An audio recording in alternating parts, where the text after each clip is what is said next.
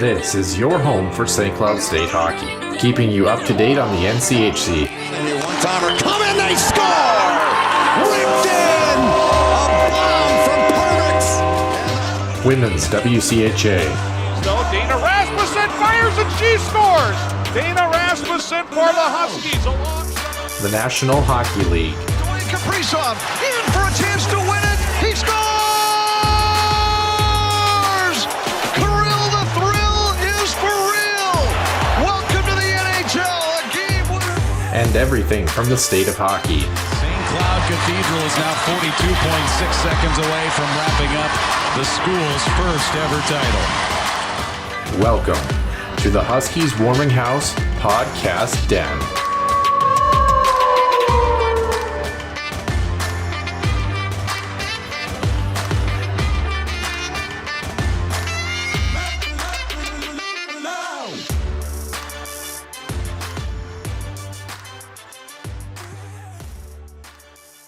And welcome into the Huskies Warming House Podcast, episode number 132 here in the den. Nick Maxon joining myself, Noah Grant, who once again, I am stuck at home. I shouldn't say stuck at home. Actually, this is the first time I've been home since spring break or Christmas. I don't know. But anyway, it's been Christmas for hockey fans. It's been a crazy, crazy week as far as NCAA hockey is concerned. Friday scores, a lot of intrigue, I guess, moving into the week, some non-conference schedules, and even some conference plays, some Big Ten teams getting underway that are getting their first games under the belt as well. We'll talk about that in the main portion of the show. Of course, men's side, St. Cloud State is off, but we'll kind of preview their series against Wisconsin. And then on the women's side, they are at Ohio State and then getting ready for, hey, who else but Wisconsin on the women's side as well. Minnesota Wild continuing to roll with the Dallas Stars here, their last preseason game before they get ready for the regular season. And then our extra ice session, Nick, we've got to talk about it again because Hockey Canada just cannot stay out of the limelight. And yeah, we'll leave it at that. This is bad. I mean, well, and it's gotten to the point where, let's put it this way, that finally some repercussions that should force some changes are happening. Yep. Let's put it that way. Yeah, definitely would agree. And it was one of those episodes that honestly didn't even want to revisit them. And because the men were off and because of their actions, they have to be in the show this week, unfortunately. But we'll have some fun with it, as always, with the regular portion of our show as well. Sunrise View News and Notes and the Huskies Illustrated The Huskies Illustrated Roundup. Let's try that again. Headed your way here on the Huskies Warming House Podcast. Center Ice View News and Notes. Center Ice View provides you with the best coverage of St. Cloud State Huskies hockey, from game notes, recaps, photos, and more. Go to centericeview.com.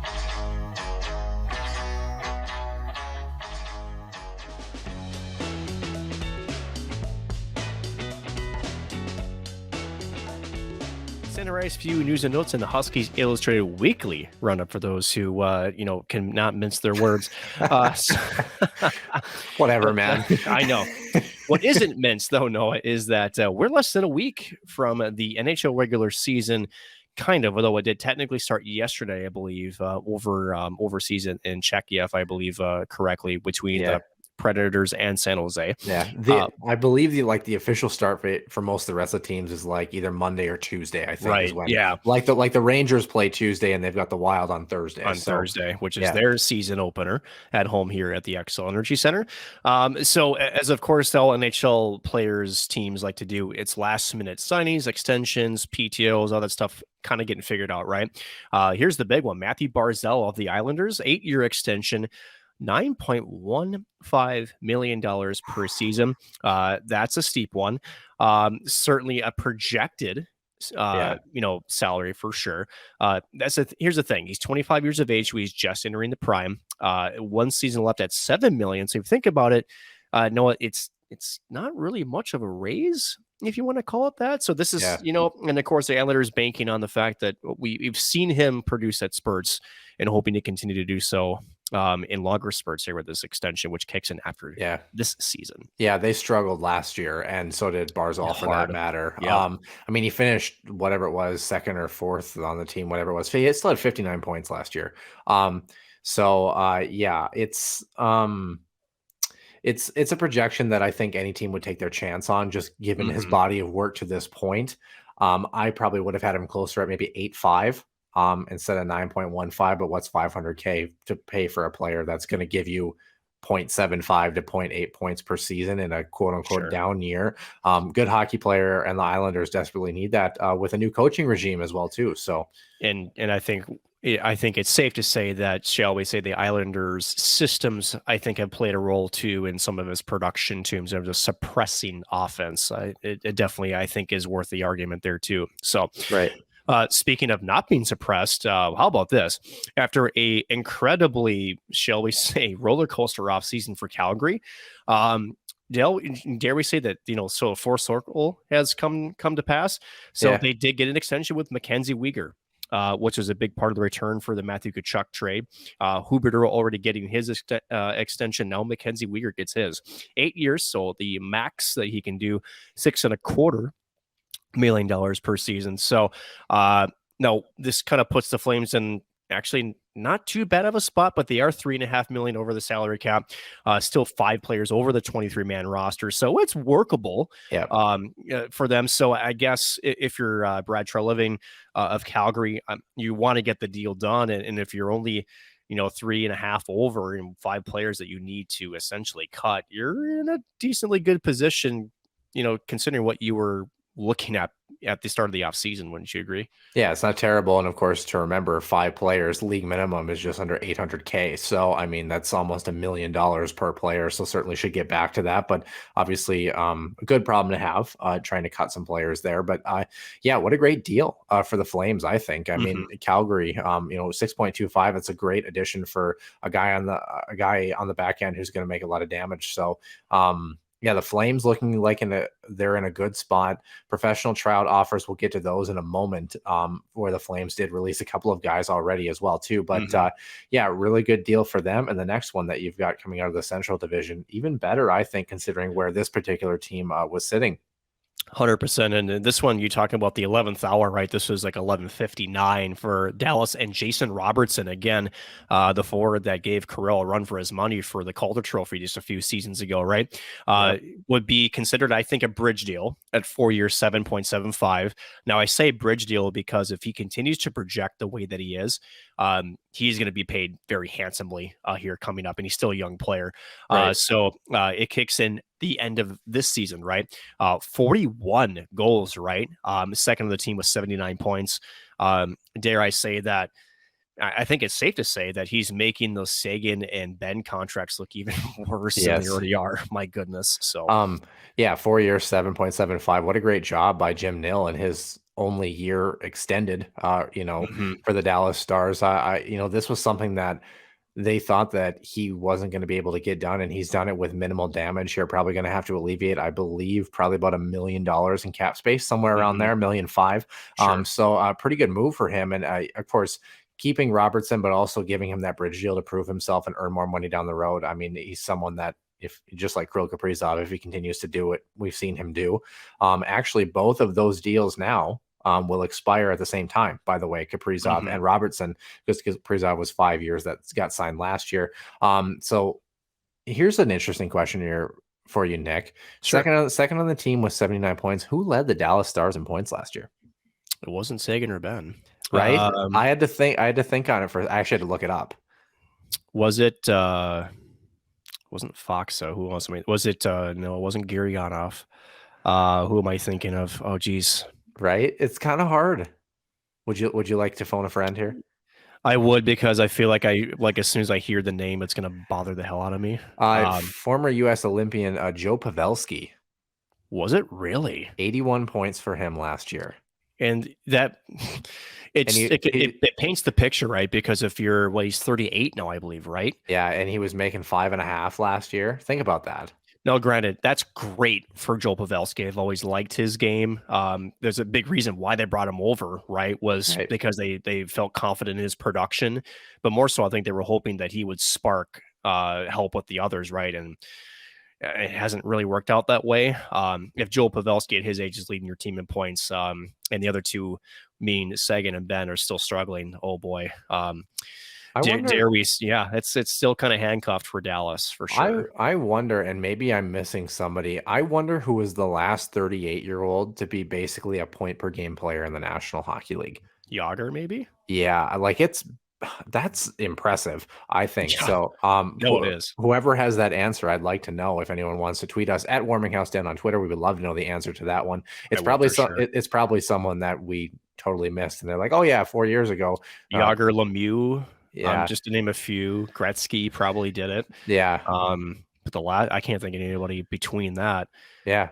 How many I years really did can't. how many years did Gretz play in the league actually? Because he was done in '99, right? Yes, wouldn't that have been 19 years? 'Cause Yeah, was but he in 80? yeah, he kind of struggled near the tail end of his career, though. I mean, he kind of He dropped won off. another cup, after the Yeah, trade to LA, and then he kind of bounced around the Blues, the Rangers, just to name a couple.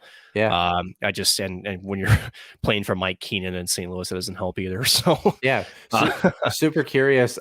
Nick, before we get to your last one here, I did just hear this one today. I don't have the terms on this one. Also, Calgary Flames, we talked about them. Daryl Sutter also getting an extension up there in Calgary as well, too. So multi-year extension, if I recall. Yep. So, and he's definitely earned that contract. A respected coach in the NHL for sure.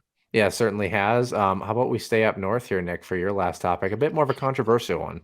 Yep, and we covered this, right? So this is the Montreal Canadiens, because there's no stranger to controversy up there on north of the border. We're talking Logan Mailloux, right? They did sign him to an entry-level deal. So here is the statement from General Manager Ken Hughes. He says, quote, "This is a decision that we have thought through very carefully. Having Logan around members of our team and hockey operations staff is good. For a good part of the summer, allowed us to gain a greater appreciation of Logan Mailloux, the person. He has an opportunity to affect positive change. We will work to support him in any efforts that towards that goal. And Logan does recognize the impact of his gesture, and of course, the process continues." That's about the safest statement you could ever preach for Logan Mailloux. But I'm not sure what else has to be said there, Noah. I think Time will tell. Yeah, that's about it. Yeah, time will tell. Well, let's talk about time. And how about some trades in the passage of time? 2 years left on the deals for each of these players. Basically, a 1-for-1 with a second-round draft pick coming from the Canucks as well. Headed to Chicago, Jason Dickinson and that second rounder in 2024. Going to Chicago on the other side, defenseman Riley Stillman heading back towards the Vancouver Canucks. Vancouver gets $1.3 million in cap space, but they are just under $700,000 over. Stillman has 2 years left, 1.35 average annual value, 12 points in 52 games last season for him. Chicago on the other side, getting that draft pick and Jason Dickinson, who was kind of a stand-up player for the Stars a couple of years ago. It's his 8th season in the league. I think people tend to forget that a little bit. 6 of those spent with Dallas. Yeah, with the Dallas Stars. 27 years old, 2 years left at 265 average annual value, 11 points in 62 games last year. So kind of a change of scenery. Yeah. And good for Chicago here. That second rounder, again, you're seizing the opportunity to build your draft capital. Chicago, as we very clearly know, is in complete and total, strip down mode. At this point, just waiting for Taves and Kane to be either shipped off or not re-signed, right? But good on Chicago to seize the opportunity of a team that's trying to shed some cap, and for him to throw his second round pick and there's a sweetener. Good on Chicago for getting that draft capital. That's a good deal for them. Yeah, kind of I don't want to say a nothing trade, but kind of a very it's a cap trade. Dump. It's a cap dump. Let's be real. Yeah, that's all it is. Yep. Change of scenery for both guys. Have to see how it pans out. Speaking of scenery that players will be leaving, I guess. Professional trial cuts that have gone on here as we hit the tail end of training camp. Alex Galchenyuk in Colorado was cut due to significant injury. Apparently, the report is that they actually really liked him, but he sustained an injury that they think is going to keep him out for at least probably a month. So I don't know if they're going to revisit that. That's tough. I mean, I always like Alex Galchenyuk as a player. When he was with Minnesota, he's kind of been a suitcase. He's incredibly streaky. Very, shall we say, a big liability defensively as well. I know that's been a big cut, and then even offensively too. He was his time was Minnesota, right? In the right situations, he shined, but more often than not, he was a ghost. And that's been the big mark on him. And mind you, he was a top 10 pick, if I recall, wasn't he?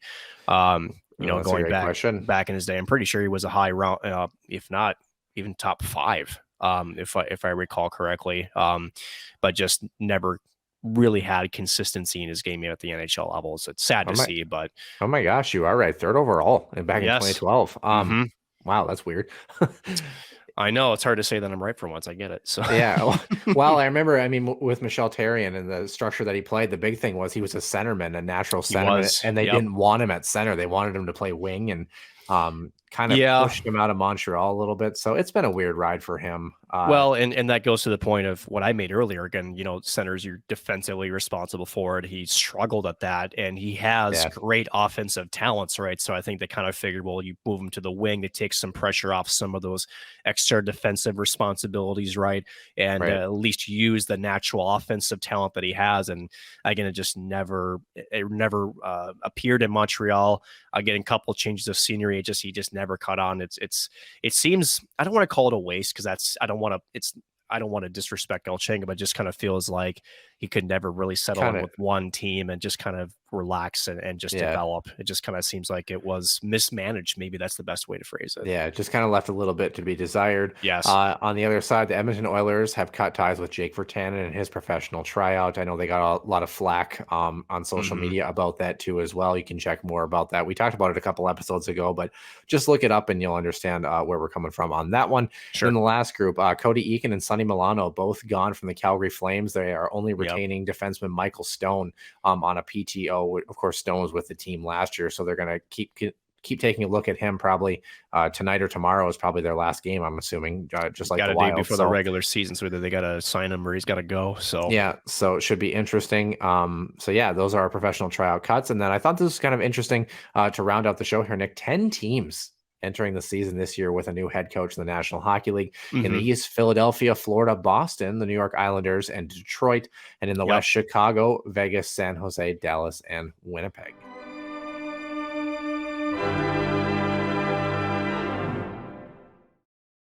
And welcome into episode 132. Those are three numbers that go together, but not necessarily in that order. But you know who else goes together?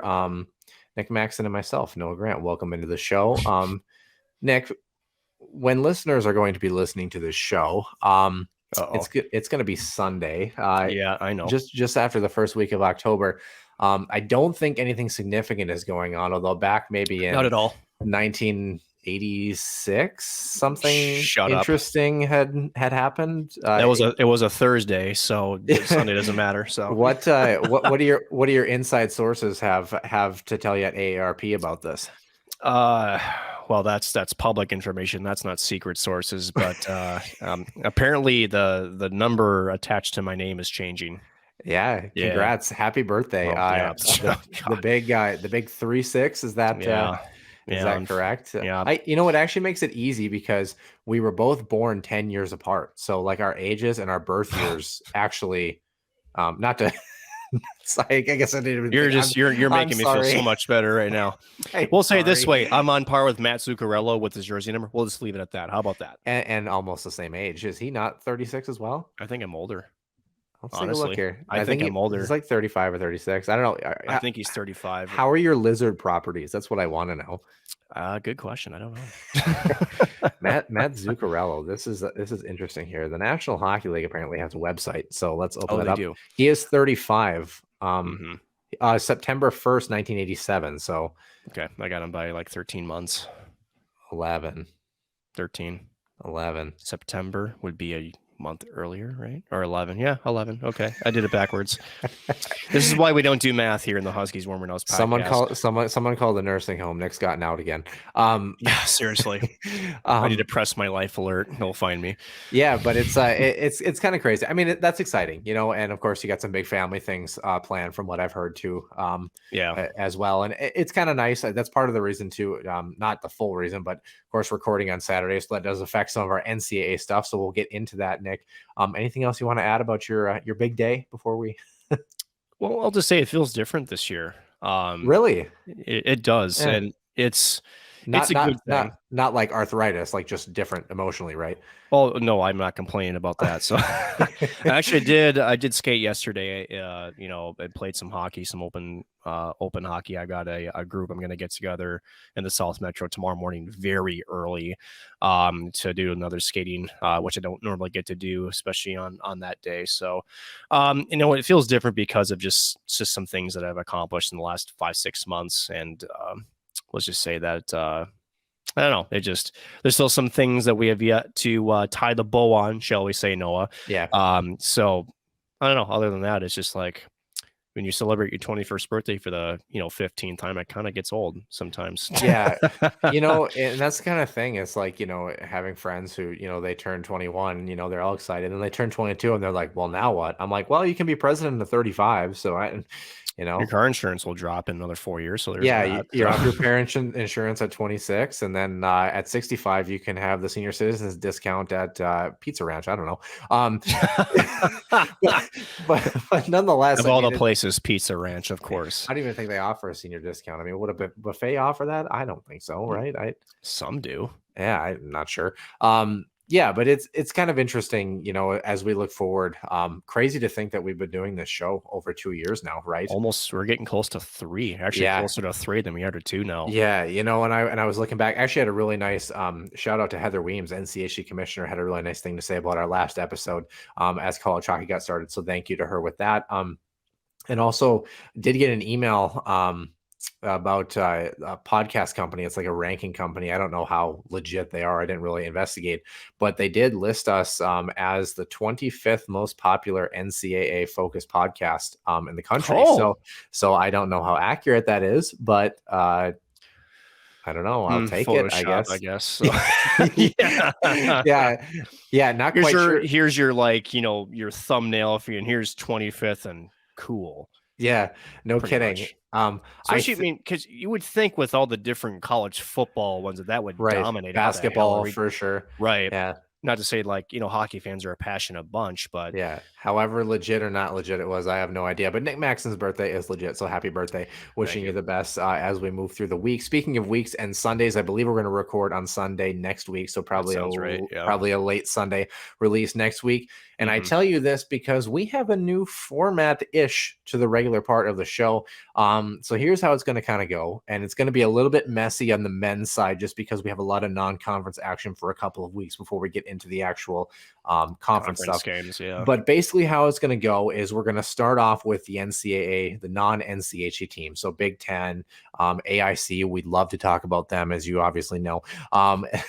If you know, right? Yeah, and all the teams, and kind of recap what's going on in the non-NCHC conference world. And then we are going to take a look at the NCHC men's schedule, and then obviously tying it off with St. Cloud State. Recap the weekend for St. Cloud State if they play. And then we'll get you up to speed on what's on tap for the NCHC team. So what are the matchups the upcoming weekend? And then we'll also preview the upcoming matchup for St. Cloud and their opponent at the end of that. And then kind of in the middle there, we'll just talk about any changes to the pairwise overall after all that's been recapped to see if there's anything notable. And then we'll move on to the WCHA women. So we'll round up the weekend similar to the men. We'll recap St. Cloud's weekend if they play. We'll take a look at the standings, then what's on tap for the WCHA, and then preview the women's opponent as well. And then we'll flip over to the Minnesota Wild and talk about them. So that's kind of going to be the format of the show a little bit. Of course, no pairwise standings per se that influence the women. Of course, their selection committee for the tournament is a little bit different than on the men's side. So that's why you won't see that on the women's side. So that's going to kind of be the breakdown, I think, as we go along in the weeks to come. I think people will understand a little bit more, but a little bit more meshing on the men's side because of the non-conference game. So let's see how much of a train wreck this will be, or if it will work out just fine. Be a train wreck, but yeah, that's okay. Thanks, Nick. NCAA roundup. We are just recapping the games from Friday because, of course, the Saturday games. It's just after 4:00 here recording, so we're not going to get the Saturday games. That won't be a trend moving forward. We'll probably have the recaps of most weekends moving here on out. But a lot of interesting things going on Friday. The only conference games of note was the one Big Ten conference game. Ohio State 3, Wisconsin 1 last night.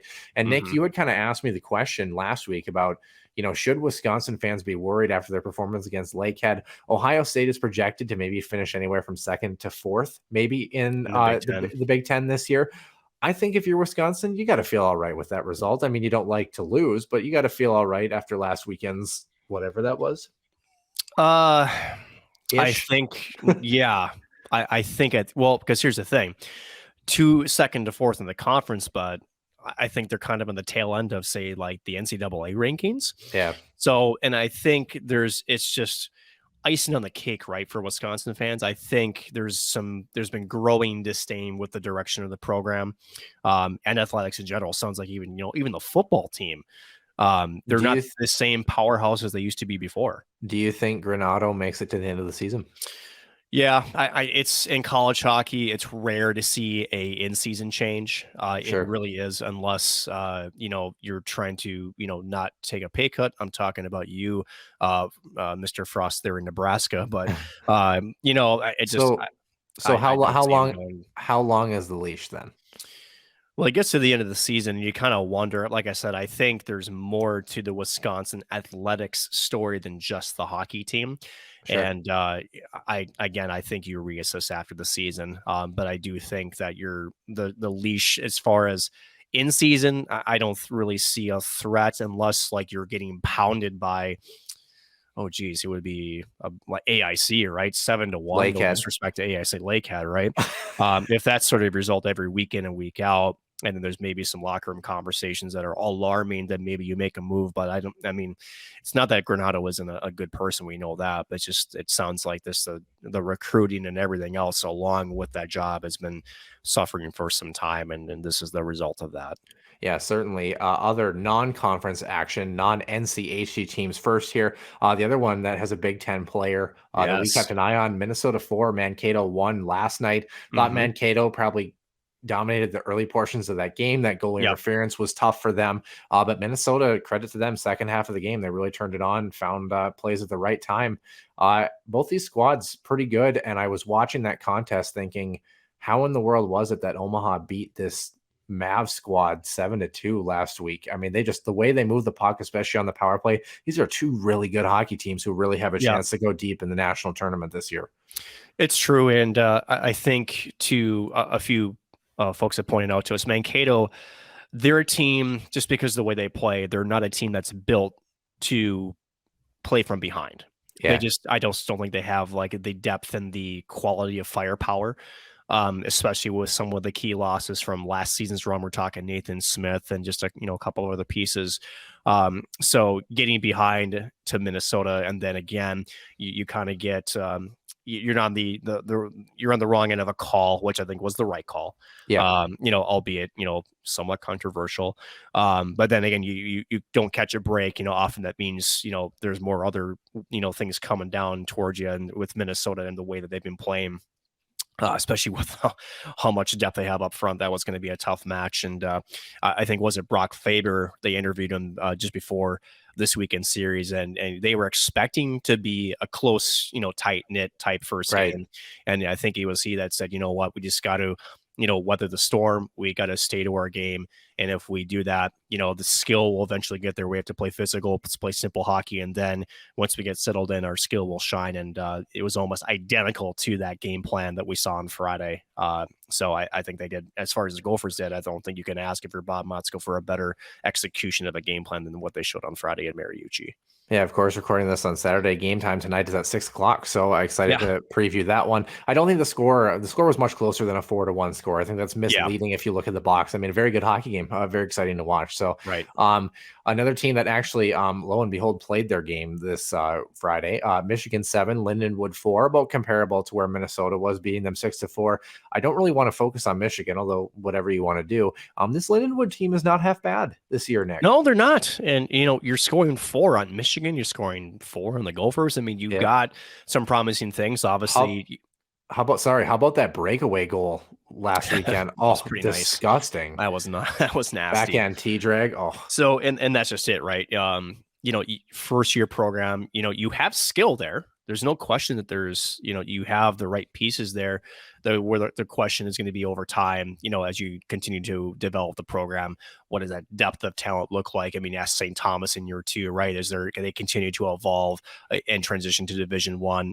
If you're talking about a starting place, Lindenwood actually doesn't look that bad. You're absolutely right. Yeah, they look pretty decent. Another team that looks really good. 3 more scores on the non-conference side here. Bowling Green 3, Michigan State 1. Bowling Green looks good. Of course, former Minot Minotauro, Miroslav Mucha, the new captain of Michigan State, moving over from Lake Superior, but I digress. Bowling Green, they're a team that has kind of been a sleeper pick the past couple of years to make the NCAA tournament. Curious to see how their strength of schedule looks this year, but they're a group that kind of continues to rumble along. So curious to watch them. I always like their setup too, the kind of the brown shells, like the deep brown shells, and their color scheme. I always kind of like that. Arizona State beating Bemidji State by a score of 3-0. This ASU team, I think, is for real this year. I don't know if they make the tournament, but they are definitely going to be in the conversation. They'll be a bubble team. Yeah, 10 to 20 would be where I would put them in the country, depending on how good their year is. I feel like is maybe a good little sitting spot for them. And then St. Thomas losing 4-2 to Alaska Fairbanks last night. Of course, Tommy's fans wanted to kind of get a comparison. Seems like Fairbanks actually has had a pretty decent little start to the season as well too. So anything you wanted to add about any of those scores, Nick? Going back to Arizona State, 100%. I mean, they gave Duluth a run for their money last weekend.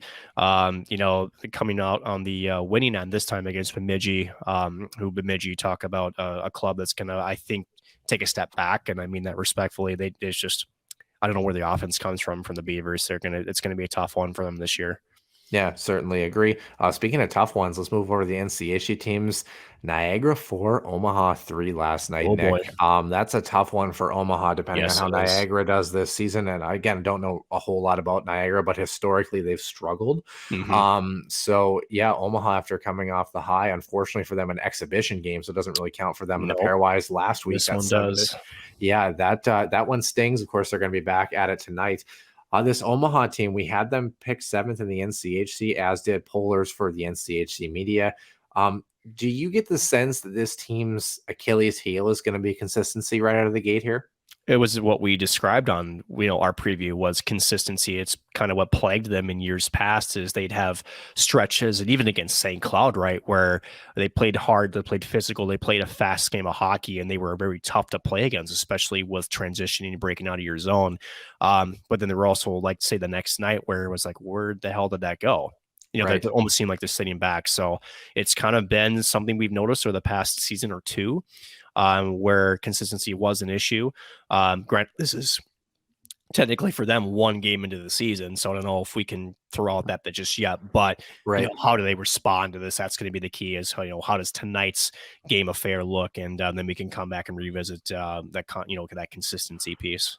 Certainly agree. Consistency, 2 really good teams matching up here in and wherever it was. I can't remember. It's kind of a smorgasbord. It's like a tournament that they've got going on. Yeah. So I can't remember where it's at. But Denver 5, Notre Dame 2 is basically that was at Magnus. Yeah. That was at Magnus. Yeah. Yeah. Basically a 4-2 game with an empty netter at the tail end of that one. It's actually 3-2 until Denver scored with about 4 minutes remaining. So a much tighter affair than that score shows as well too.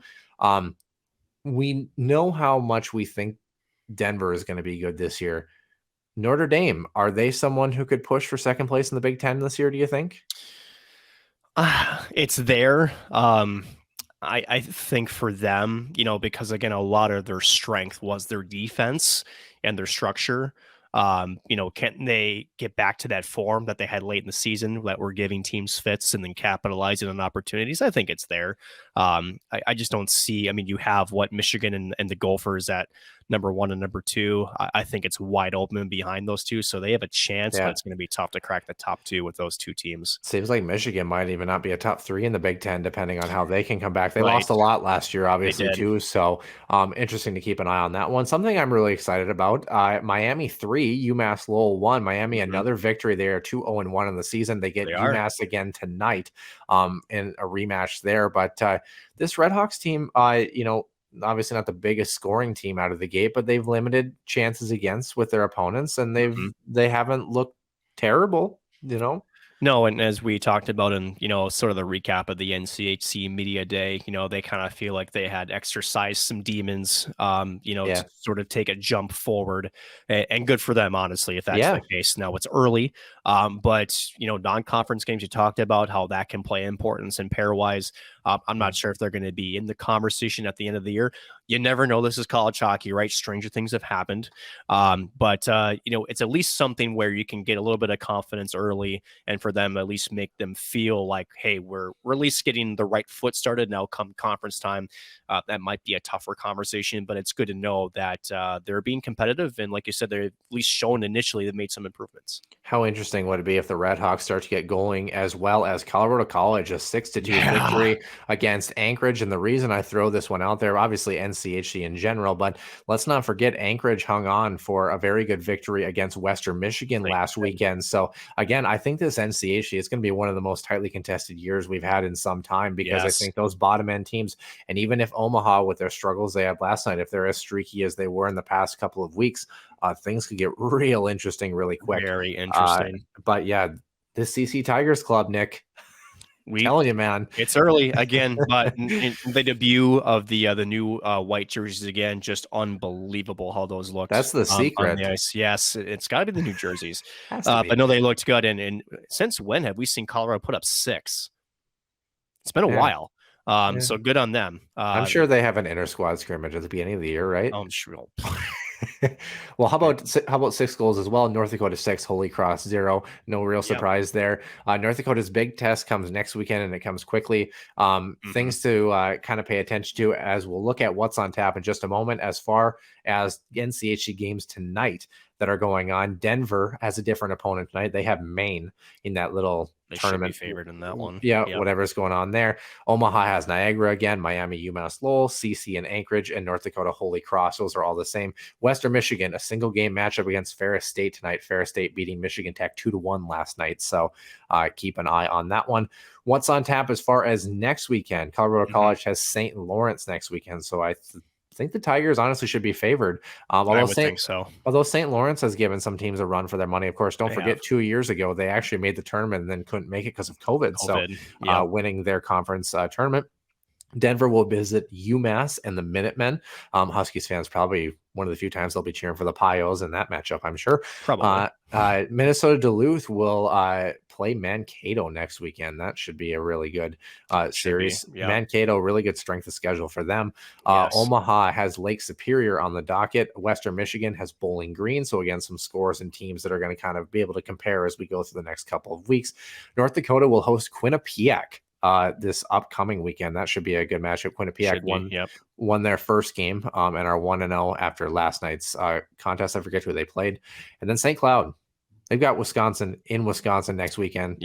Let's talk about them, Nick. Wisconsin obviously is going to come off that weekend against Ohio State. Curious to see how they do tonight on Saturday. Really, we've kind of known that Wisconsin's kind of been an up and down team, but as a lot of coaches, especially someone like Brett Larson would say, we've got to focus on ourselves.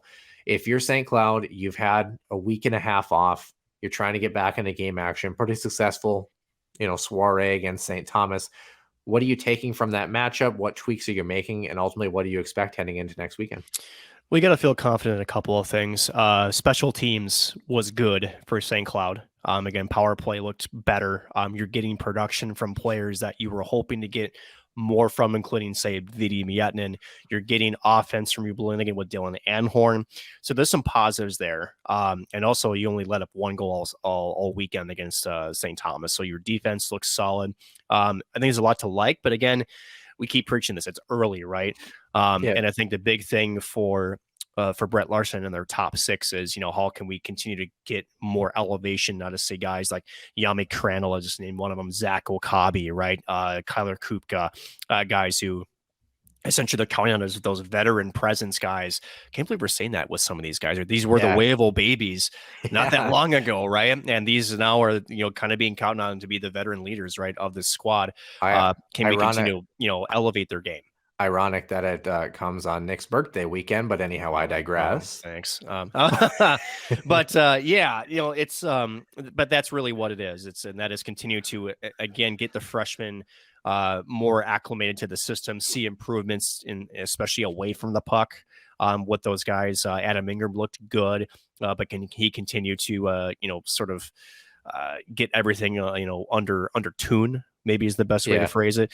And then I guess in net, there's still kind of a question in net, and that's not a bad thing for St. Cloud when you have, 3 quality goaltenders. And then the other big question, because there hasn't been really anything, is what's the status, again, of Josh Lidke?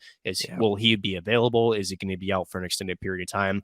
I imagine it's be closer to next week, say midweek, we're going to probably have at least an answer for the short term Josh and maybe potentially long term, depending on what's delivered for as far as the news is concerned. Yeah, the radio silence is kind of interesting, and it either means that something long term is there, or it means that St. Cloud is playing this a little bit close to the vest and hoping that he's going to be a game time decision or something like that, or a week time decision, so to speak. Goaltending situation wise, Nick, I kind of wonder if St. Cloud has a really good run on Friday night against Wisconsin. Does James Gray get his first action early in a St. Cloud sweater? I would not be opposed to that. No, but you kind of wonder too the message you send with that. Right. And what I mean by that is, for those who play in the home game, as my favorite phrase is, you're almost telling Wisconsin that you're kind of a pushover in a sense. Now, of course, pairwise implications on top of that as well. But again, as we've heard from Brett Larson, it sounds like he's not too far off from being up to speed here. So no, and again, one of the things, to your point is, I would say if maybe the game is out of hand, like score wise, he gets in, but if it's close enough, 2-3 goals, I don't think you see him. Just because, again, like I know in years past he's wanted to involve all three goaltenders, and this year again it's not really fully secured who's that number one yet in net. So maybe I'm wrong. Maybe he does get a start and I'm just completely blowing my marbles, but we'll see. It's something to keep an eye on, but I still feel like Castor and Bassey are still the sort of the 1A, 1B right now, with James Gray being the 2. And mind you, that's not, like you mentioned, not far behind. Yeah, I'm curious to see how that goes through. I think a lot of Huskies fans kind of just want to see him in some more action too, and just kind of get a look as well too. So we'll have to keep an eye on it there. Why don't we kind of wrap up our St. Cloud talk with maybe this? Is there one guy on this Huskies roster so far through 2 games that has really impressed? And is there one guy, maybe we'll start with this one, that you feel maybe needs a little bit more of a boost heading into the upcoming weekend? It's hard to say a boost, honestly, just because, again, we're so early. But again, going back to Brett, so guys like Zach, guys like, and I'm not saying that these guys are bad, but you just kind of want to see a little bit, get them going really, because it's this early, right? So you want to see Zach, Kyler, Mike and Miller a little bit. I think you want to see a little bit more offensive production from them. But again, as long as you're playing the game the right way, those will come, right? So I'm not worried about it, but you do, I think, as a head coach, want to see that progression here in the non-conference schedule. Guy that's impressed, I think we've talked about him enough, Dylan Anhorn. Yeah. I think that's an easy one, just because I can use a transfer. It was something that the Huskies knew they needed to replace, minus Nick Perbix. No, Nick Perbix, yes, offense was there, but I think, it was in a different way that he went about it, where Dylan Anhorn seems to be a little bit more of that true offensive defenseman, whereas Nick Perbix more of that two-way type style. So, and it sounds like the fit's been really, really good for him in this lineup. And I think, to me, early on, he's been very impressive so far. Yeah, would certainly agree. I think my guy to give a little bit of a nudge to, and again, I thought he played fine last weekend, I think Mason Sahlquist. And the reason I bring him up is because I think he's a guy in his sophomore year that needs to take that jump a little bit. Yes. It kind of had a tough end of the to his first season last year. Had a little bit of an injury bug, obviously, as well, too, but came out of the gate like a buzzsaw to start the season last year. But looked pretty decent in the faceoff dot last weekend. But I think for him, just getting that confidence to say, I can be a top 9 guy, and then maybe he moves his way into the top 6. Because for me, when I look at him, especially moving into his sophomore year, I think he's a guy that shouldn't be relegated to a 4th line role. I think he offers a little bit more than that. Not to say the 4th line guys don't offer that, but I think that his scoring touch and his ability to get to the gritty areas, I think, has yet to continue to develop.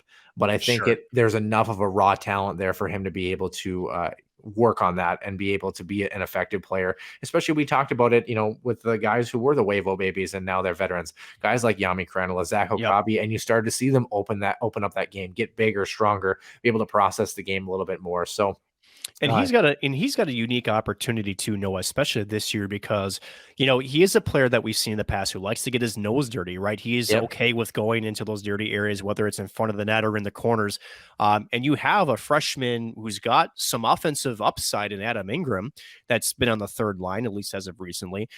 Dare I say, you move yourself in a position where you can be, that initial forechecker, and then you're creating loose pucks, and then all of a sudden you're setting guys up like Adam Ingram or maybe Ethan O'Coin. And now your production goes up just because, you're doing those small things that don't necessarily make the score sheet, but you're doing those noticeable, impactful things on the ice that then translate to those points on the scoreboard. Certainly would agree. The guy that stands out for me, Grant Cruikshank last weekend. Didn't know how he was going to respond back in NCHC action. Had kind of a meh year last year, according to some people, in a Minnesota sweater. Really impressed me, I thought. So excited to see him continue. Just a better fit, it seems like. Yeah, certainly. Honestly. And I like him at the center position.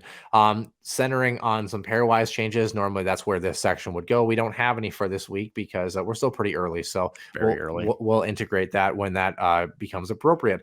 On the women's side here, WCHA women, the roundup as of right now at just before 5:00 on Saturday, Minnesota did sweep Bemidji State. Duluth and Mankato, their nail biter is going on right now. Let's see if I can find a score here. Duluth is up 2-0. I believe the Bulldogs beat the Mavs 3-2 in overtime last night. I believe you're correct. Yeah. So third period with 6 minutes left, Duluth still up 2-0 in that one. St. Cloud State, unfortunately, dropping both of their games against Ohio State. And then it is Wisconsin, who is back in action. They are playing. I don't know why. Oh, St. Thomas. They swept St. Thomas, didn't they? They won the first night. They've got St. Thomas again tonight at around 6:00. So so they got them at 6:00 tonight. So, but again, wouldn't be shocked if St. Thomas got swept. Wisconsin, a great team as always. And the Tommies just maybe not on the same level as the Badgers, but crazier things have happened. Women's hockey at Ohio State, of course, they lost 5-2 with an empty net goal with 3 seconds left in yesterday's contest. And I believe the final score was 6-2 tonight. Yeah, 6-2 tonight. So let's see. Enina Newland scored. The second power play goal of the evening, actually both goals in the power play tonight on Saturday for the Huskies. So good to see Newland score in this one. I'm trying to see if I can figure out who Emma Gentry was the other goal scorer tonight. And then yesterday for the box score, let's see here, St. Cloud, Clara Himmelrova scoring from Bailey Burton and Tatum Geyer, and then Yanina Newland from Taylor Lind and Rican Bulger scoring in that one for the Huskies. So and congrats to Taylor Lind getting to the 50th career total points. I think only the 28th Huskies to do so.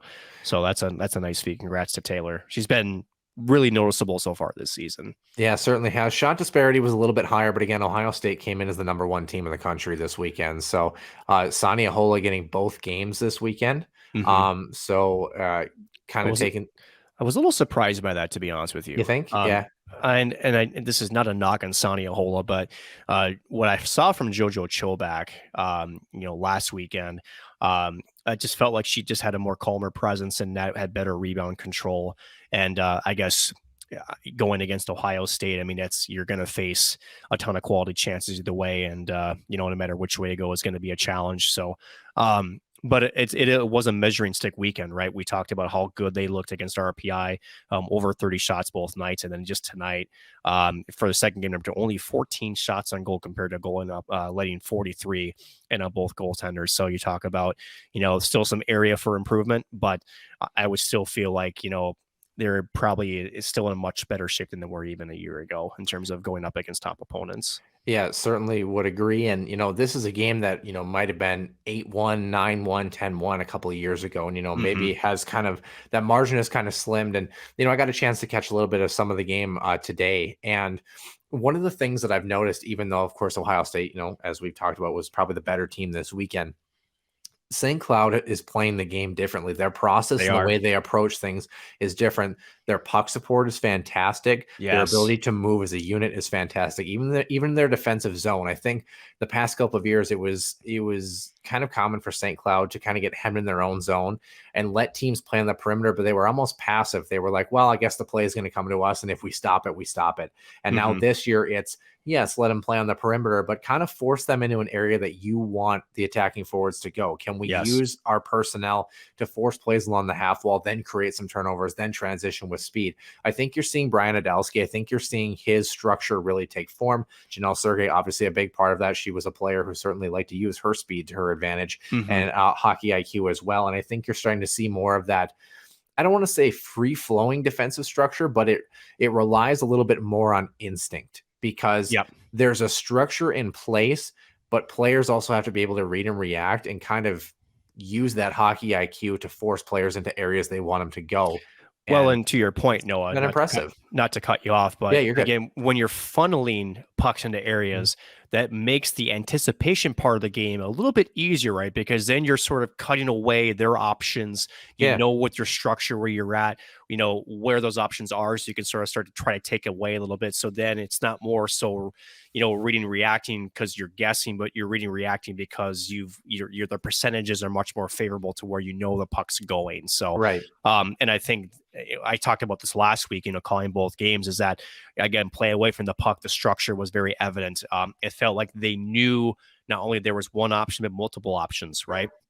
And more importantly, last couple of years, it was, like you mentioned, Hamden, and it was just pucks off glass. It was just relieving pressure. Now it seems like you only are doing that when it's absolutely necessary. They really want the puck on their sticks, and they want the possession, and they really want to exit the zone as a unit and with possession to try to turn it into an offensive chance, at least initially. Sort of cleaner exits, again, just more as a team, just better unit play is what I'm trying to say. And better unit play on the offensive side too. And so it's interesting where the shot totals, we're still trying to see that margin climb a little bit more, or the shots for, climb a little bit more. But St. Cloud, compared to last year's, let's say both years they get 16 shots on goal for an evening. It feels like you have at least 3 or 4 high danger opportunities, or you're potting 1 or 2 of those goals at least, at a minimum now this year, where they're able to convert. And so sure, they might have a bit more of an opportunistic nature against some of the better teams, but they're able to convert, they're able to execute 2 power play goals in the game, tonight, even by losing by 4 goals. That's something that strikes to me, is that when they get that man advantage, when they're able to create an odd man situation in the corner, able to cycle, create 2-on-1s in the corner, they're effective. Their offensive play is really opening up, and they've got some players that, 1, can score goals, and 2, like you talked about last weekend, they're able to recognize more than one option or create their own options. Correct. And that's something that we've been missing a lot from teams in the past, and also something that really hasn't been noticed a lot, maybe since Olivia Hansen a little bit, Rachel Herzog actually a couple of years ago. I would say so. Defensemen willing to shoot pucks, filter pucks towards the net a little bit. And that's a big thing, because it keeps defensive structures against them honest. It does, that the offense isn't going to come from one spot on the ice. Right. And in the years past too, when they did attempt those shots from the point, shall we say it was sort of a kind of a loose cannon. A lot of times there's already a defender blocking the lane. It was like, I kind of feel like I only have one play, and that is to shoot the puck. And it wasn't a clean lane. The eyes weren't necessarily up. They already had kind of committed to the decision. No real purpose. Yeah. Yeah, exactly. And it just kind of, and that was, dare I say, that was sort of the mantra that we saw from Huskies teams, is that they were doing a lot of things, but not a lot of things with purpose. We're seeing a lot of things early under Brian Adelsky, where a lot more things are being done with purpose, both with and without the puck, more importantly. Yeah, certainly. As we take a look here, normally this is where we would do the standings. Still waiting on the score of the Duluth game. Duluth did win 2-1 in overtime last night. They're clinging on to a 2-0 lead on the Mavs with just under 3 minutes to play. So as it stands right now, Ohio State leads 4 games played for them, all conference games, 4-0, 12 points on the season for them. Number 1 team in the country. Minnesota is at 6 points right now. They're looking to climb to, they won today. Sorry. So 6 points. So they're in second. Duluth, if they win today, will tie the Gophers in second place. Wisconsin, same story for them. So they're at 3 points right now. Only 1 game played. Then Bemidji State, Minnesota State, St. Cloud, and St. Thomas all do not have a win as we start off conference play. So top 4 teams, Ohio, Minnesota, Duluth, and Wisconsin, something that we've been akin to seeing throughout the past 12 years in the WCHA. So, but again, it's early. As we pay attention to one of those teams, Wisconsin, who's got St. Thomas later tonight, that's going to be St. Cloud's matchup. If you are St. Cloud, and you're looking forward to Wisconsin. Mm-hmm. What do you take from this weekend in a weekend that, yes, you lost both hockey games. Second game maybe wasn't particularly close, but Mm-hmm. it seems like the fundamental play of this team is growing into a product that you can get behind. Right, and a couple of things too. Huskies took, I think, a little bit too many penalties too. 6 minors for 12 minutes, and again, you're going to have to limit those opportunities, right, for Wisconsin. Much as the Huskies are starting to take more of an advantage of for the power play. Again, penalty kill last week was perfect. But you still can't continue to play with fire, especially with some of the talent you're going to be facing. Also, faceoffs have to improve. They were over 66%. Last weekend on the faceoff dot. Let's just say it was almost The script was flipped this weekend. And granted, part of that is just because, again, you're talking about the number one ranked team in the country. They're going to have a little bit better talent there. And you got to generate more shots too. This is where, as you mentioned, the growth of this new scheme under Brian Adelsky is going to have to, and this is where the challenges lie, right? Because you want to get into those, those high scoring areas, but, better teams are going to reduce those by quite a bit. So it's how do you generate different offense from different spots, such as from the blue line or such as from the half wall, areas where they're probably going to be on the perimeter, but how do you maybe generate second chance opportunities? Like, so shooting with a purpose, maybe far pad, generate a rebound, and then getting into those dirty areas where you can take a loose puck and then pot it in, off of a second chance opportunity. So I think that's going to be the challenge. And then also trusting the system, right? This is still a newer adventure for this club. You got to trust the fact that you'll start getting results. And as you mentioned before, this could have easily been, like we mentioned before, 9-1, 10-1. Even just a year ago, this is 6-2. It's not the result you want, but there's still some improvement, deep down into the scheme of things that they're doing for how they play the game. So just trust the process and continue to hammer down some of those new systems that Adelsky and his staff continue to teach this younger Husky squad.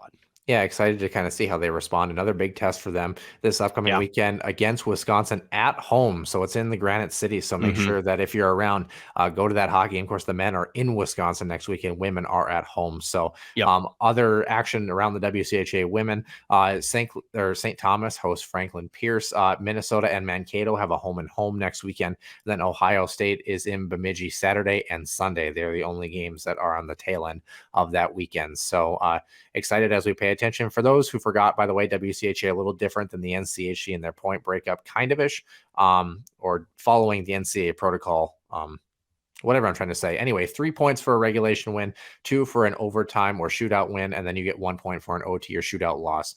So that's the point breakdown for the WCHA for those paying attention to the standings as we go through them for the year. Nick, before we hit our extra ice session, very quickly, the Minnesota Wild wrap up their preseason today against the Dallas Stars.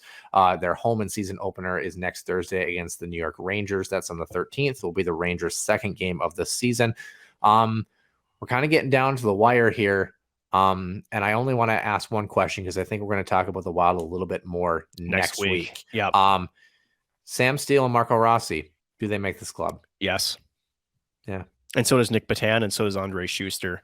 Okay, I do think that Schuster offers a little bit of that complement of size, and I think he showed some good instincts actually in a couple of tip plays with Sam Steele. I think Nick Patan has looked good in his role too. He might be sort of that extra forward maybe on most nights, but for Minnesota, and again in the pro leagues, right? If you're going to be a championship contender, you can't have enough depth, right? I think Nick Patan comes in and slots in if, say, you have an injury or what else have to be. I think he's developed and shown enough for me. I think he makes the squad. A couple other guys that are still up, right? It was that was a Dewar was still up. There was a couple other young guys. Probably Duhaime. What about a guy by the name of Kalen Addison?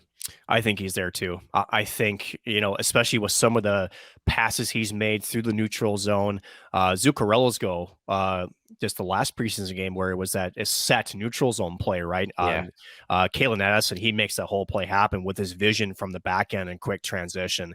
That sends Zuccarello in completely almost untouched from the blue line in. So I think, and he's been effective and noticeable on the power play, which is what they really have been missing from Matt Dumba.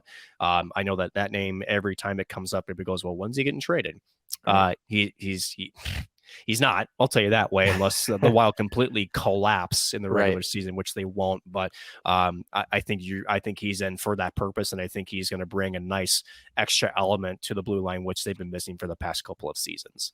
Yeah, it should be interesting. Obviously, paying attention to the goaltending situation. I think Philip Gustafson has looked all right in a Wild sweater. And he's going to need to. He's going to need to. Honestly, yep. I think you need to get no less than 25 to 30 games out of Gustafson to make sure Fleury can be, healthy and ready for a Stanley Cup run. Because if he's not, sort of the chess pieces you moved in the offseason that kind of, shall we say, not worked out what you desired.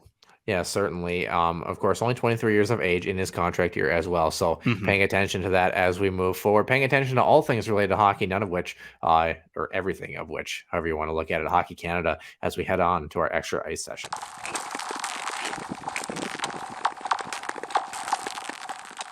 And welcome into the extra ice session. Nick Maxon joining myself, Noah Grant, episode number 132. Wow, crazy. That's a lot of episodes, man. It's older than me. That's what's interesting is where I think we're at like 170 or 171 total for like some of the guests that we had for the secondary episodes too for a long time. Been a lot of hours of covering hockey, and of course, some more positive than others. Hockey Canada and the hearings they had this week. What a friggin' disaster, dude. You know what? Let's preface this correctly, I think, because it's a disaster, but now it's a disaster that might actually institute change.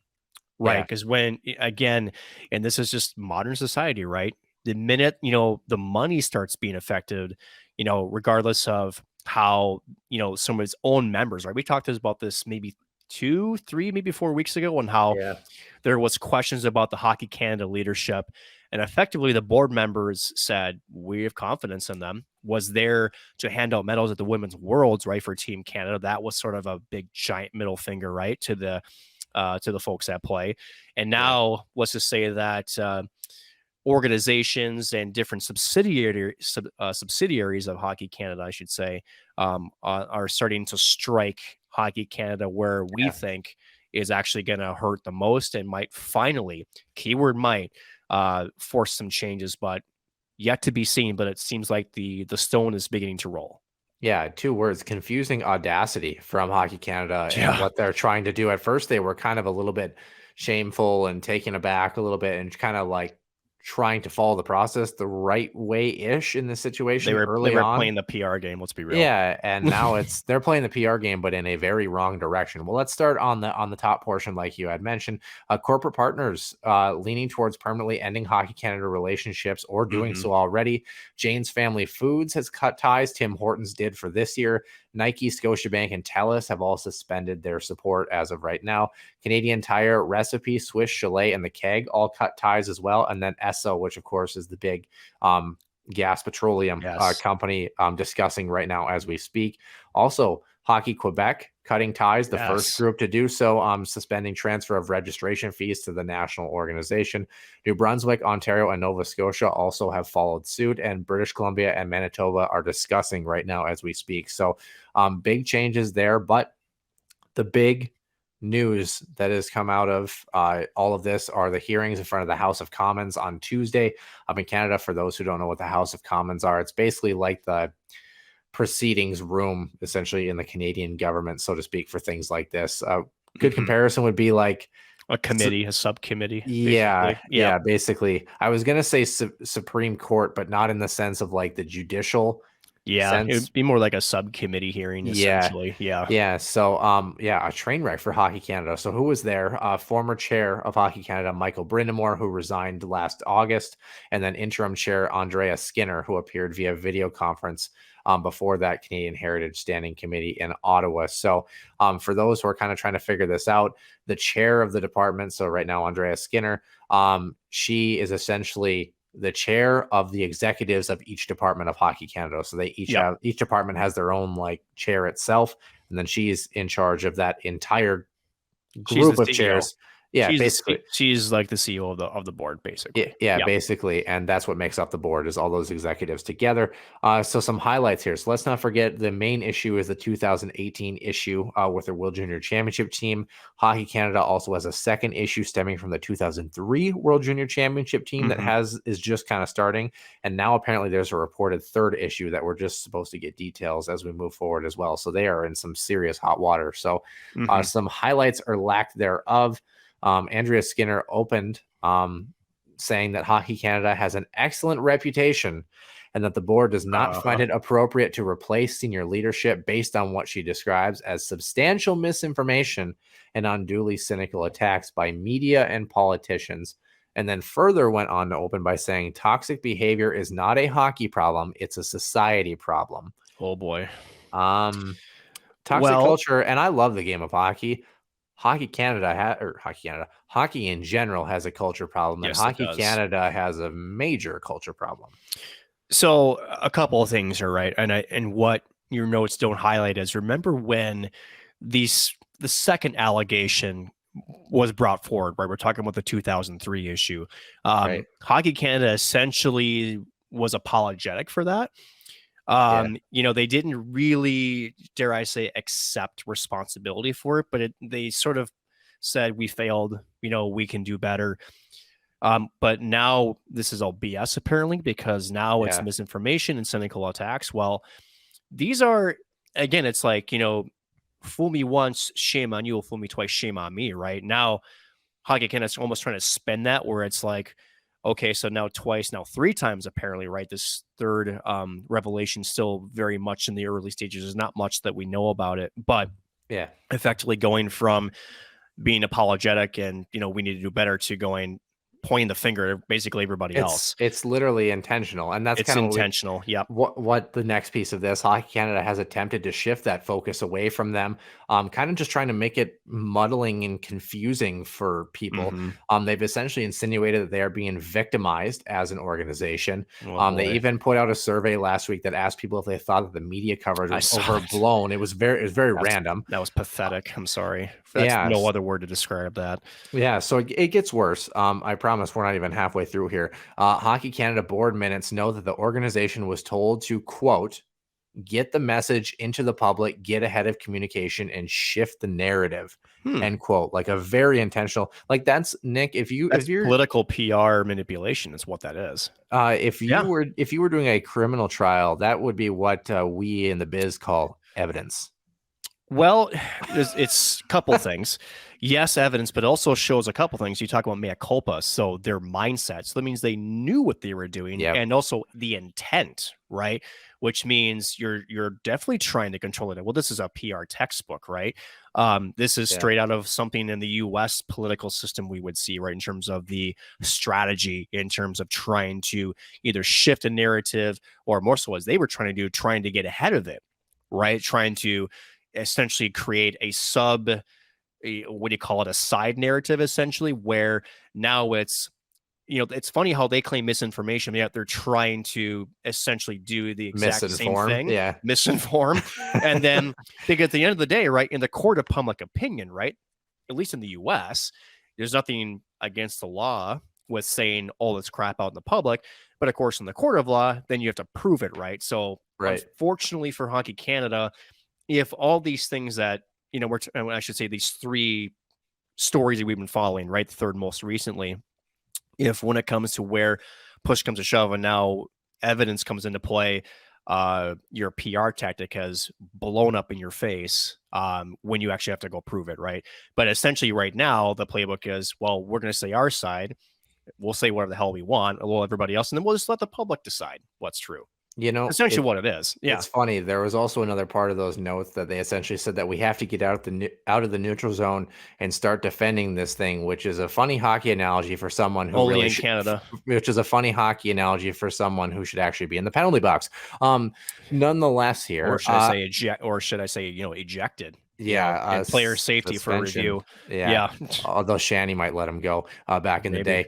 With that being said, Hockey Canada also says that they handled the 2018 situation, quote, appropriately, and said that they didn't go public for the victim's essentially peace, even though they gave millions to the victim to essentially be quiet. You generally don't give people millions of dollars because you're concerned about them. In their opening statement, there's some truth to that, but I'll let you finish. Yep. In the opening statement to Canadian Heritage Committee, former board chair Michael Brindamore said the board's decision to authorize the settlement to the woman in the 2018 alleged sex assault case was because the board felt it would be, quote, inappropriate to victimize the young woman in court.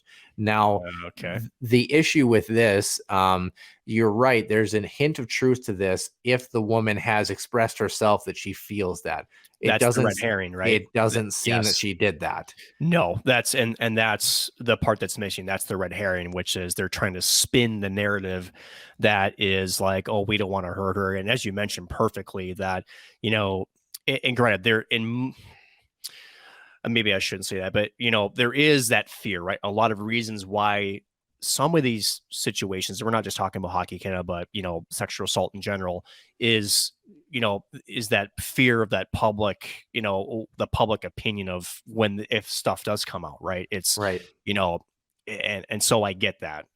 Not to say that's what's happened here, but to what we've been describing specifically here, you know, you don't offer a settlement, meaning you are wanting to keep it quiet, but then try to say, no, we're paying it because she wanted the money and she wanted to keep quiet. No, you're trying to keep it out of your limit to protect your own image. That's the actual the actuality what's happening. Right. So it still gets worse, Nick. We're almost to the bottom. I promise. The board also have talked about CEO Scott Smith, who of course was the same guy who decided to go hand out some medals. Talked about that earlier. For the women's championship.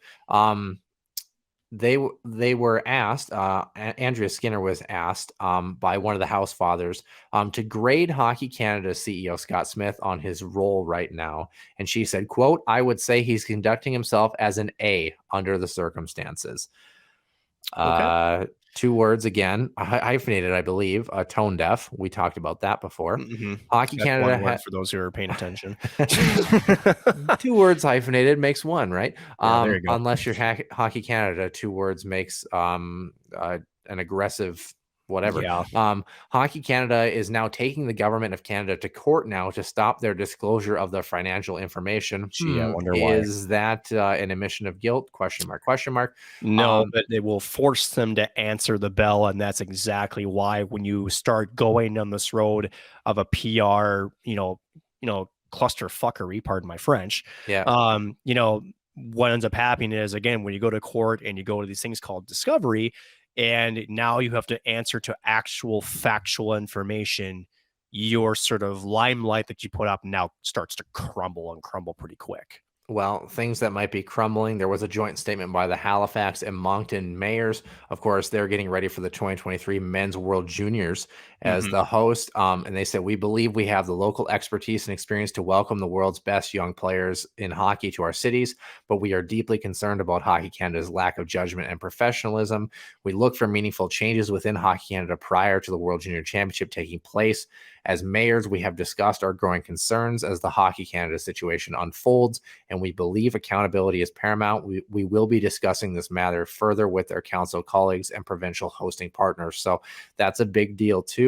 And the last little piece here that I've noticed before we just kind of discuss is that Hockey Canada, the scandal has actually affected business operations heavily at TSN, according to executives. And of course, let's not forget Rick Westhead, who's done a fantastic job with this, is reporting, and they support Rick in this. But one of the issues is some of their biggest draws for TV rights comes from the World Juniors. And also a lot of their support and a lot of their startup and continued revenue essentially comes from covering Hockey Canada related events. It's a big deal for them. So there's kind of this real divide of church and state for them as well too. So Nick, you know, as we go through all of this with Hockey Canada, I really want to know this. What part of this blows your mind the most? Because in my eyes, it's not all of the damning things that have happened and all of the misinformation and misguided judgment from Hockey Canada. It's how they don't even have the wherewithal or the respect of people that have been affected by their actions to at least say, hey, we really screwed this up here and we've got a real problem. If Andrea Skinner, who of course comes into this, and it's interesting because we don't know if it was Andrea Skinner, but when CEO Scott Smith went to present the medals, he did it because, quote, a woman told him to do it. They didn't even verify what woman it is. I don't know. Of course not. Was it a woman on the street? I don't know. Who says it was a woman? Who the hell knows? That's what I'm saying. But like, here's the thing is like, how do you look at all of that and not have accountability and double down on this entire thing? Because at this point, you're not even saving face. You're just burying yourself further and further into the ground. And I wonder how you can be that oblivious to what's going on, Like so what is like what a is couple it? of things. A couple of things with this, right? So first of all, they're not oblivious. I think there's a genuine strategy here by Hockey Canada, and obviously it's failing miserably. So I think what this spells is two things. Number one, Hockey Canada, like anything else that has government funding, is not a perfect organization. There's no question beyond that. Because we got to remember back 5-6 weeks ago, there was again that Hockey Canada owned property, that penthouse, right? That was like, Right. What the hell is that? What are you doing with that, right? And so just even from a taxpayer perspective, right? It's like, wait a second. I thought that was supposed to help kids learn the game of hockey. Now you're spending a penthouse. So when we talk about going back to our other points, the financial documents, right? This is peeling back layers of the onion, right? And it's like the deeper you go, I think the genuine concern with folks who are actually paying attention to this is what other stuff is going to get uncovered. Yeah. And I think if you're Hockey Canada and the strategy that you've implied or imposed, I should say, is if we make enough noise and we try to essentially be the opposite voice, at some point we'll get sort of derailed, or eventually something will work in our favor because we know the right people. We'll save our face at some point, essentially, right? The question is society has changed. The big thing is no, we are demanding accountability. And even here in the US, it's a slow change, but essentially the onion skin is not enough anymore. You're going to get exposed. And does this strategy almost hurt them worse because of the fact that long term? You think about this and you talk about, if you're compliant with things that are going on, people tend to stop doing some digging because they're satisfied with the fact that you not have remorse, right, but you're kind of giving up that information willingly and you're trying to help get to the root of what the issue was. You talked about the onion analogy. When you're peeling back the layers of the onion, if you know how much onion you're looking for, at some point you stop peeling back the layers because you're satisfied with what you have. Not necessarily. But if you have this resistance where you're trying to muddy these waters a little bit, I think people are inclined to kind of provoke and prod even deeper. And then they start uncovering things that Hockey Canada maybe didn't want uncovered that has nothing to do with the 2018 issue or the 2003 issue. And then you start to see like a whole other avenue of where Hockey Canada, as we've seen as an organization, their leadership right down to certain areas financially, whatever it may be, is now starting to get targeted where it's like, wow, they really have some other issues that, not to say they weren't issues before, but right, maybe they're not brought to this scale or this scope unless Hockey Canada has this pushback. So you're right on everything except for one thing, and that is when you start peeling back the layers, it's going to get found out. It's not that I don't think you stop, because you got to remember you're innocent until proven guilty, which means, eventually if you start seeing financial documents, it's like, okay, well, then you're talking about cell phone records and personal bank accounts and then different sort of correspondence. I learned at a very young age, and this is coming from just, my experience in my family, is no matter what you do, no matter what you say, it's going to get found out. There's just no escaping it, especially when you're taxpayer funded, when you're under a government umbrella, and you get a big enough bruise, such as a sexual assault allegations, plural. Right. And then all of a sudden, one layer, penthouse, 2 layers, the way they've handled it, right? That's kind of where it's like, we need to dig a little deeper, right? And then instead of finding the core of an onion, now you found, much more other things. And I think that's where they've been so resistant, is because I think they know at some point there's going to be more questions about different types of things that they're going to have to answer. And it's dare I say, it's like, what's what's the analogy I'm looking for? It's the lame duck kind of, leadership, which is I'm doing things to keep my job because I like my job. I'm getting paid really well. And why not continue it? To me, it's about saving face. And I don't even think necessarily, and I think this is an argument you could have too. Is it really about Hockey Canada for some of these people? Or does it become more personal? Is it more about them personally saving their face in the midst of how they handle? I mean, let's ask, Penn State fans and the Patino scandal and then the Sandusky thing, right? Do you attribute that to the university, or do you attribute that more to the coaching staff in Sandusky, right? There's multiple layers to that even as well. So at the end of the day, the bad deeds will surface. And I say deeds is because we already know of 2, now possibly 3. And if all this can be, corroborated and proven, and again, the more we do digging, maybe there is more stuff that's there, and Hockey Canada is bracing themselves, or maybe, dare I say, delaying it as much as they can, to avoid facing the music. Only time will tell. So last little tidbit, Andrea Skinner also had mentioned about how if Hockey Canada isn't there, who's going to keep the rink lights on? And a bunch of people were like, well, the rinks are going to keep their lights on because the communities are what makes this thrive. This is a very long projection here, so I'm giving you a very loaded question, and I'm aware of that. But almost as loaded of a question as Bill Prout wondering how big this microphone really is. But nonetheless, kind of interesting. Yeah, perspective is everything. Truly, literally and figuratively. But what comes out of all this? What's next for Hockey Canada, for the hockey community in Canada? What's the end result of all this in your mind? I think it all depends. Because the governing bodies, so again, there's Hockey Canada, which is, the big fish at the table, but then you have all these subsidiaries, right? So Hockey Quebec, Hockey Ontario, Saskatchewan, you name it, right? Nova Scotia. So it sounds like they're okay on their own. Yeah. So the question is, how does their leadership at Hockey Canada mean to the functionality to all those different groups, right? And I say that because being that this is a government thing, could there be just sweeping changes at every single position?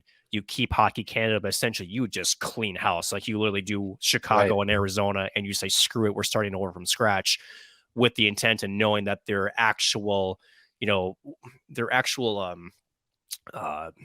purpose in this whole situation is just to make sure the tires keep running smooth, right? And if Arizona can keep their lights on, albeit not in their own building, so can you. Yeah. So and there's like they said, that's I think that's hyperbole. The race will still be on because their job never was to keep the lights on. Their job was to make sure the lights stay on for generations to come, right? It was just it's all the administrative and those kind of things, right?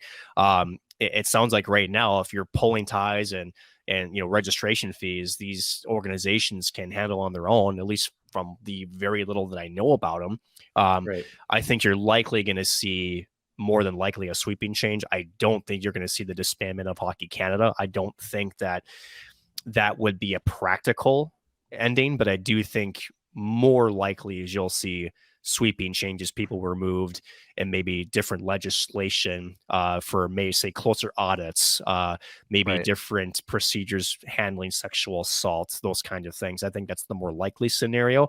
I just can't see Hockey Canada completely collapsing and falling flat on its face, because I do serve an important purpose in terms of the development of the game of hockey and the continuation of it, and making sure everybody is on the same page.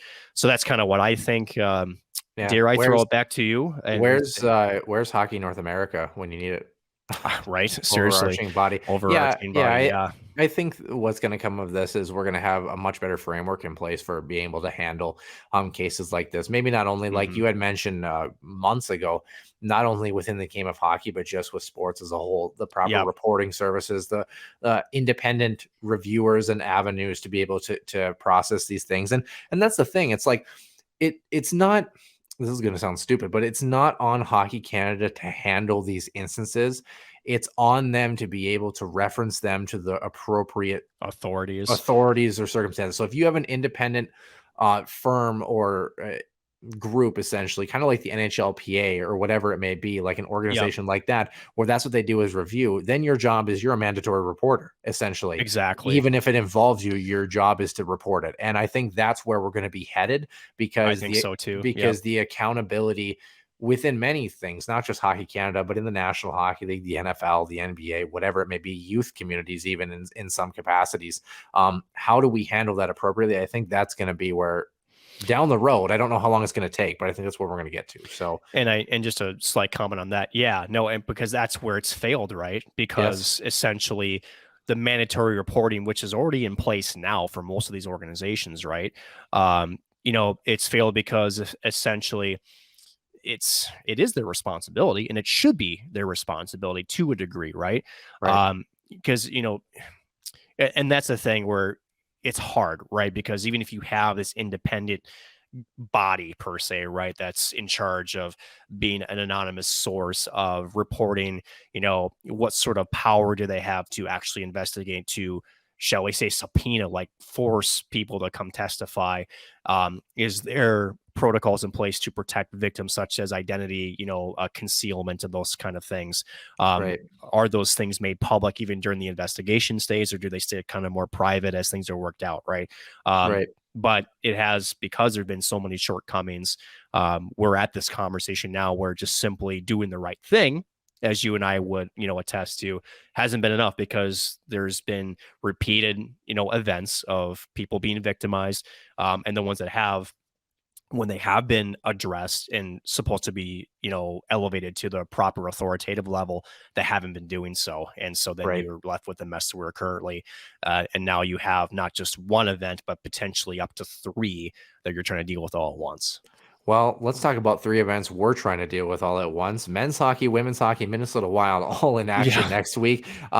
Men's hockey will be at Wisconsin Friday and Saturday. Women's hockey will host Wisconsin Friday and Saturday. The Minnesota Wild open their season on Thursday against the New York Rangers. I believe it's a 4-game homestand for them to open up the season before they head on the road. So excited, Nick. We are basically getting ready for full swing here for the regular season for all of these clubs, and we couldn't be more excited to cover this and everything we do at the Huskies Warming House podcast. For Nick Maxon, I'm Noah Grant, and we will see you soon in the den.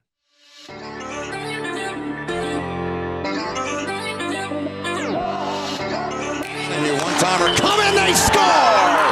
Ripped in! A bomb from Pervix! Dana Rasmussen fires and she scores! Dana Rasmussen for the Huskies. Dwayne Kaprizov in for a chance to win it. He scores! Kirill the Thrill is for real! Welcome to the NHL, a game winner. St. Cloud Cathedral is now 42.6 seconds away from wrapping up the school's first ever title.